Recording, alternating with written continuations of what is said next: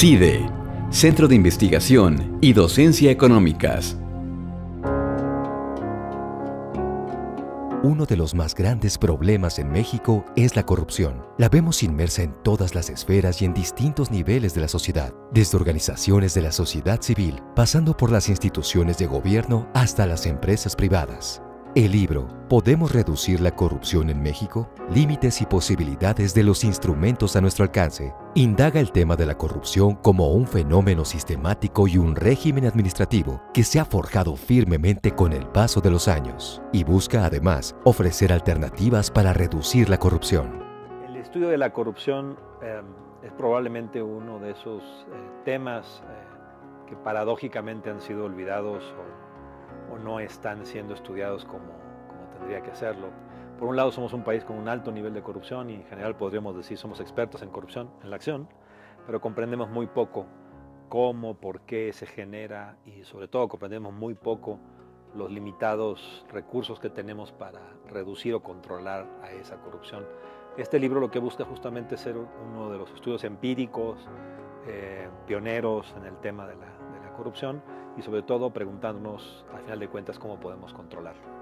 Cuando se publicó la primera edición de este libro y realizaba yo presentaciones en el año 2012, mucha gente me preguntaba, o me decía más bien, que era yo un exagerado, que el problema de la corrupción no era grave en el país. En el 2013 pasaban muchas cosas en el gobierno federal, escándalos de corrupción y de conflicto de interés, y a partir de ahí nunca nadie más ha vuelto a levantar la mano y decirme que el problema no es grave en el país. Bueno, entonces creo yo que hemos avanzado mucho, primero en comprender que tenemos un grave problema de corrupción, que sí existe, y segundo, que los instrumentos que tenemos para atacarla y reducirla son muy pobres, son muy caros y son muy limitados. Entonces tenemos que seguir experimentando y haciendo esfuerzos para que estos instrumentos funcionen mejor. El hallazgo más importante es que tenemos varios instrumentos desde hace mucho tiempo, como la auditoría, o las leyes o las regulaciones o el propio control de conflicto de interés que estaban en las regulaciones y en las leyes, y el estudio lo que demuestra es que son muy poco efectivos, que sus aplicaciones no están ni siquiera iniciando a controlar el problema, que son muy caros, que cuestan mucho dinero, y que tendríamos que repensar nuevos instrumentos de una manera mucho más realista y menos moralista, ¿no? Comprendiendo los costos y los beneficios de los diferentes instrumentos que estamos realizando. En la segunda edición ya se habla del gran instrumento que estamos creando, que es el Sistema Nacional Anticorrupción, y mi postura sigue siendo exactamente la misma. Es un sistema muy grande, muy complejo, probablemente muy caro, y lo más probable es que también muy poco efectivo.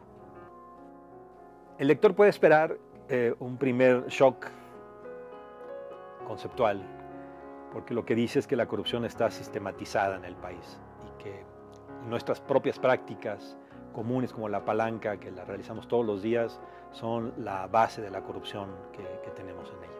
Entonces, digamos, no todo es una culpa de las autoridades ni de los gobiernos, también las empresas, también la sociedad civil, también la academia, también los ciudadanos participamos de esta red y esta dinámica de corrupción. También pueden esperar una visión realista sobre la corrupción que nos mete a nosotros como parte de la solución y como parte del problema, que para mí es un primer paso para realmente crear mecanismos que puedan reducir o controlar la corrupción. David Arellano Gao es doctor en Administración Pública por la Universidad de Colorado, Estados Unidos, y profesor investigador de la División de Administración Pública del CIDE. Esta publicación se puede adquirir en las librerías del CIDE como parte de la colección Coyuntura y Ensayo y está disponible de manera electrónica.